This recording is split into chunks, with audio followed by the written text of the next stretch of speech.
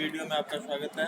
आज की वीडियो जो हम बनाने जा रहे हैं उसमें हम एक ऑर्डिनरी इन्वर्टर को कैसे सोलर इन्वर्टर में कन्वर्ट कर सकते हैं, इस पर फोकस रहेगा। तो अब हम क्या है, पैनल के साथ में जो भी आपके स्टैंड अलोन सिस्टम के अंतर्गत जो चीज़ें कनेक्ट थी, जैसे कि इन्वर्टर हो गया, चार्ज कंट्रोलर है, पैनल है, आपका बैटरी है, ये सब चीज़ें कनेक्ट हैं। इनके साथ में हम कुछ एक्सपेरिमेंट ऐसा करने वाले हैं कि जो नॉर्मल आपका घरेलू जो इन्वर्टर है उसको कैसे हम एक सोलर इन्वर्टर में बदल सकते हैं। तो वाइज प्रैक्टिकल के लिए हमें क्या है, एक 12 वोल्ट की सप्लाई चाहिए जो कि हम चार्ज कंट्रोलर या फिर कन्वर्जन किट में हम देने वाले हैं। तो उसके लिए हम कनेक्शन करेंगे इस पैनल के। क्योंकि हमारा जो पैनल है अभी ये 36 वोल्ट के पैनल है, हमें चाहिए ओनली 12 वोल्ट की डीसी सप्लाई। तो इसके लिए हम देखते हैं क्या कर सकते हैं। हेलो गाइस, तो हमारे पास क्या आज 250 वाट के जो 4 पैनल हैं, सोलर पैनल हैं। तो इसकी जो स्पेसिफिकेशन हम देखें, ये लगभग 36 वोल्ट का एक पैनल है, जिसमें क्या है वोल्टेज के अलग अलग स्लॉट्स बताए गए हैं कि 4 स्लॉटों में हम वोल्टेज को ले सकते हैं। 12 वोल्ट है हमारे पास में, और 24 वोल्ट है और 36 वोल्ट है। तो इस प्रकार से हम अलग अलग वोल्टेज को भी ले सकते हैं। अभी जो हमारा एम्बिशन है या डिजायर्ड वोल्टेज जो है वो लगभग 12 वोल्ट चाहिए हमें। तो इस पैनल से जो कि 36 वोल्ट का है, उससे हमें 12 वोल्ट की वोल्टेज लेनी है। उसके लिए क्यों चाहिए हमें? क्योंकि हमें जो कन्वर्जन किट है उसको क्या है 12 वोल्ट पे चलाना है, या यूँ कहें कि चार्ज कंट्रोलर को 12 वोल्ट पे चलाना है। इसलिए हमें 12 वोल्ट की एक सप्लाई चाहिए। तो हम इसी पैनल से 12 वोल्ट को सप्लाई लेंगे। तो अभी जो पैनल को हम चेक कर लेते हैं कि एक जो पैनल है वो कितने वोल्टेज दे रहा है। तो यहाँ पर देख सकते हैं आप वोल्टेज जो है इसकी इस एंड से इस एंड पे टोटल वोल्टेज आ रही है 40.8 वोल्ट। अभी इस कंडीशंस में 40.8 वोल्टेज हमें मिल रही है।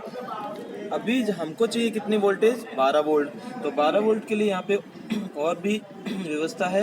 यहाँ 27.3, यहाँ 13.7। तो हमें जो वोल्टेज चाहिए वो ये वाली वोल्टेज है जो कि 13.7 वोल्ट है।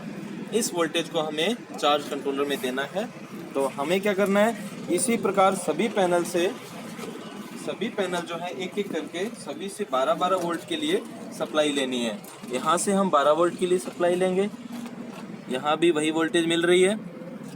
इस पैनल को चेक कर लेते हैं। यहाँ हमें 12 वोल्ट की सप्लाई मिल रही है।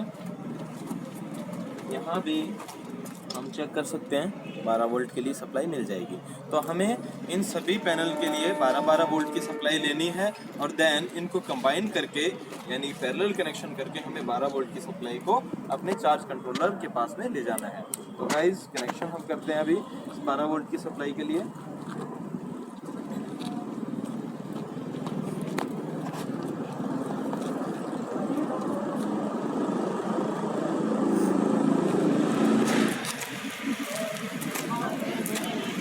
नेक्स्ट पे जाएंगे हम।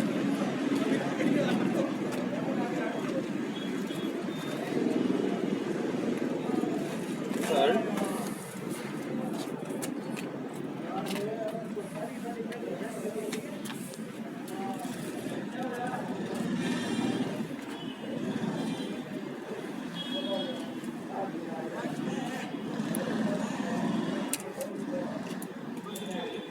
तो देखो शुरू। तो दोस्तों, हम क्या कर रहे हैं, अब हम सभी पैनल को एक साथ में पैरेलली ऑपरेट करा रहे हैं, जिससे कि हमें 13.7 वोल्ट की वोल्टेज हमें मिल रही है, जो कि हमारी 12 वोल्ट की डिजायर को पूरा करेगी।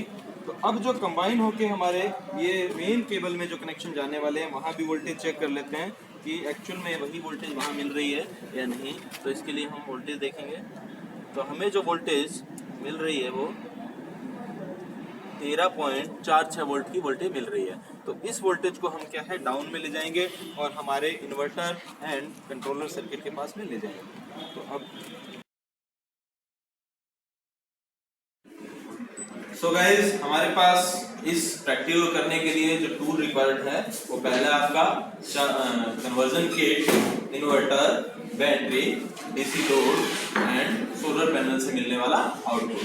तो अब हम इन टूल्स के बारे में, जो मटेरियल हैं, इनके बारे में जान लेते हैं कि कौन सी चीज क्या करती है। तो पहला हमारा जो इम्पोर्टेंट पार्ट है वो है कन्वर्जन किट। तो ये सोलर कन्वर्जन किट है जो कि क्या करता है, एक आम इन्वर्टर को एक सोलर इन्वर्टर में बदलने के लिए पूरी हेल्प करता है। तो इसमें क्या क्या फीचर्स हैं देखेंगे कि हमारे पास जो कन्वर्जन किट है इसमें एक डिजिटल डिस्प्ले है जिसमें सारा डाटा शो होता है। यहाँ पर क्या है, पैनल से मिलने वाला आउटपुट है उसको इनपुट किया जाता है, देन बैटरी को इसी से आउटपुट दिया जाएगा और इन्वर्टर को जो एसी सप्लाई हम नॉर्मल रूप से आप देखते हो कि एसी सप्लाई आप बोर्ड से या मेन से सप्लाई देते हो, हमें उस मेन से सप्लाई न देकर के किससे देना है, कन्वर्जन किट के द्वारा यहाँ से सप्लाई को देना है। ये कन्वर्जन किट। उसके बाद हम डिस्कस कर रहे हैं इन्वर्टर के बारे में।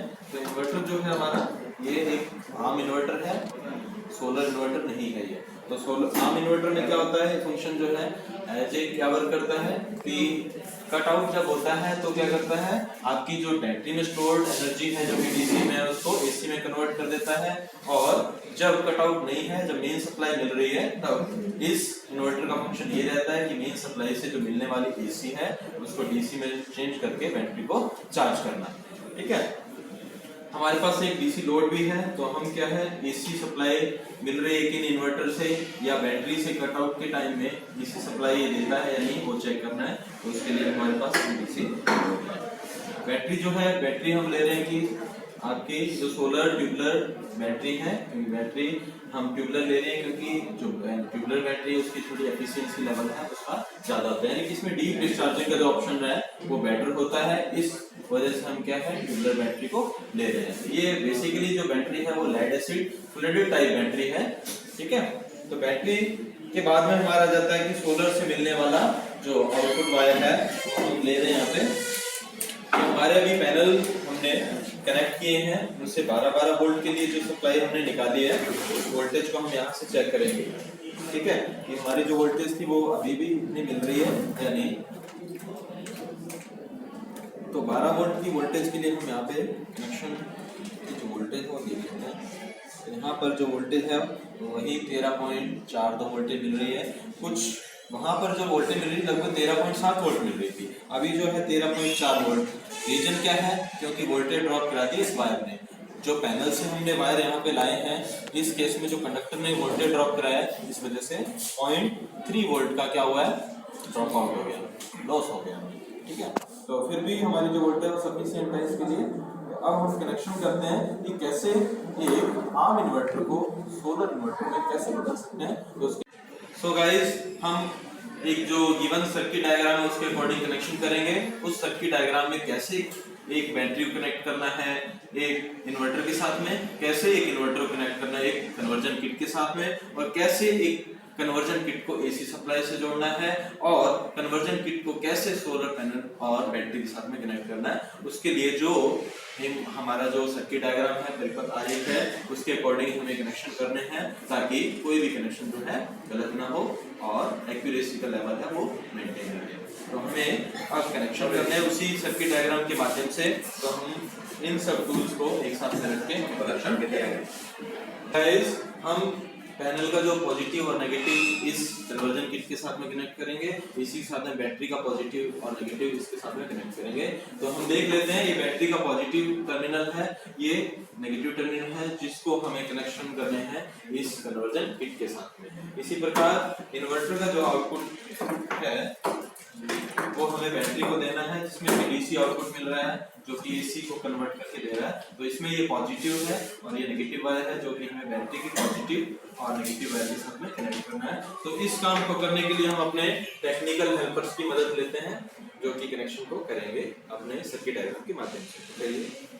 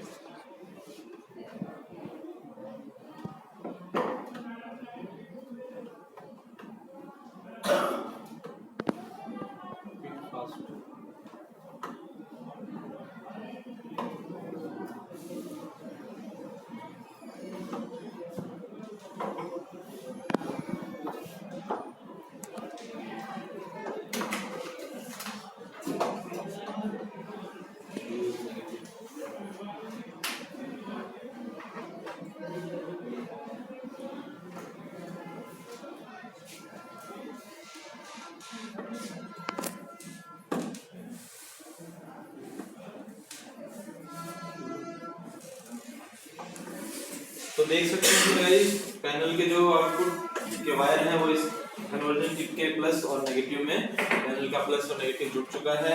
इसी प्रकार बैटरी से जो हमने आउटपुट लेना है या उसमें देना है, जो आउटपुट देना है उसको भी हम पॉजिटिव नेगेटिव उसके सिरे निकाल रहे हैं और बैटरी से कनेक्ट करेंगे। तो बैटरी के पॉजिटिव नेगेटिव सिरों को हम बैटरी के साथ कनेक्ट कर देंगे।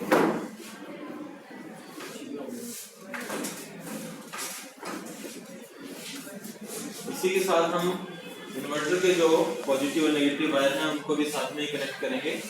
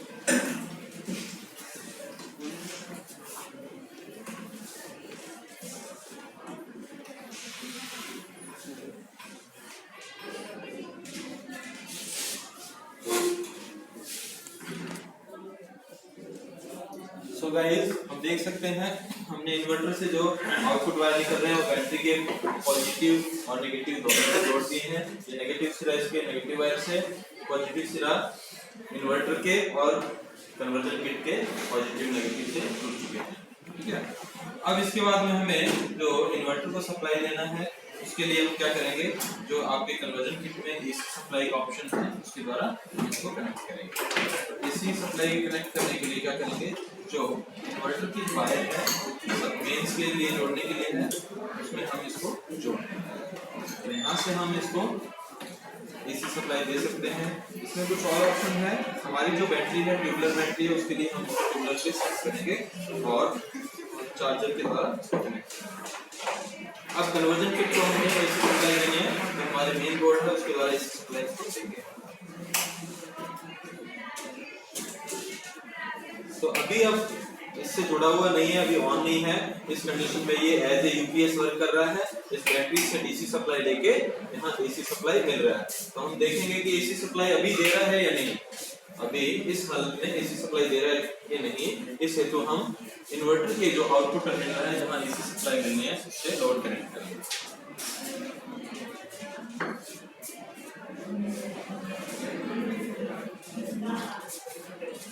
जैसे हम देखते हैं कि अभी इसको हमने सप्लाई से रिमूव कर दिया है, यहाँ से सप्लाई इसको नहीं मिल रही है इन्वर्टर को ओनली डीसी सप्लाई मिल रही है जो कि डीसी को कन्वर्ट करके इस एसी लोड को चला रहा है। तो आप देख सकते हैं अगर हम इसको कन्वर्जन किट के माध्यम से जोड़े देन एसी सप्लाई इसको मिलेगा।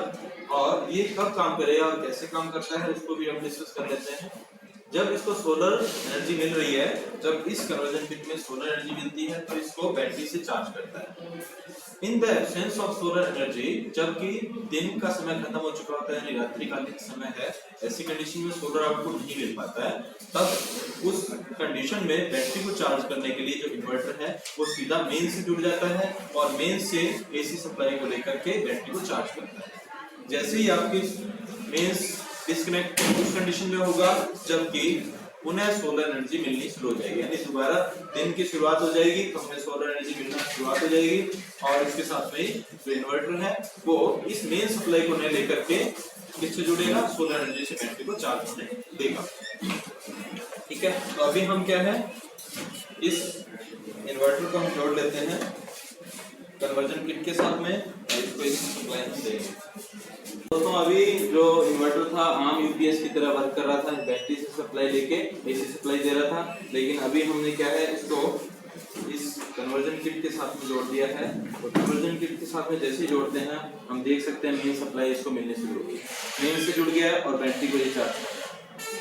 अब इसमें होगा क्या कि अभी इसको बैटरी से चार्ज कर रहा है और मेन सप्लाई से इसको जोड़ रखा है, लेकिन अभी जो सप्लाई मिल रही है वो सोलर के थ्रू इसको चार्जिंग की प्रोसेस चल रही है। जैसे ही मेन सप्लाई इसकी कट होगी तो इस इन्वर्टर को जो मेन सप्लाई है AC सप्लाई है वो नहीं मिलेगी।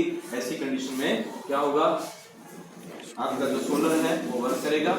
अगर सोलर मिल रहा है तो ये वर्क करता रहेगा। जैसे ही सोलर वर्क करना खत्म है यानी कि रात्रि शुरू हो चुकी है तो ये इन्वर्टर है किससे जुड़ जाएगा, मेन सप्लाई से आपका जुड़ जाएगा और इस बैटरी को चार्ज करेगा। अगर बैटरी डिस्चार्ज है, डिस्चार्ज अगर नहीं है तो क्या करेगा, इससे जो कनेक्टेड लोड है वो चलते रहेंगे। जैसे ही डिस्चार्जिंग वोल्टेज का मान आएगा वापस से रिकनेक्ट हो जाएगा मेन सप्लाई से। अगर सोलर मिल रही है तो सोलर से कनेक्ट हो जाएगा। तो अभी जो लोड है इसकी अभी भी लोड को हम चला के देख सकते हैं लोड वर्क कर रहा है या नहीं।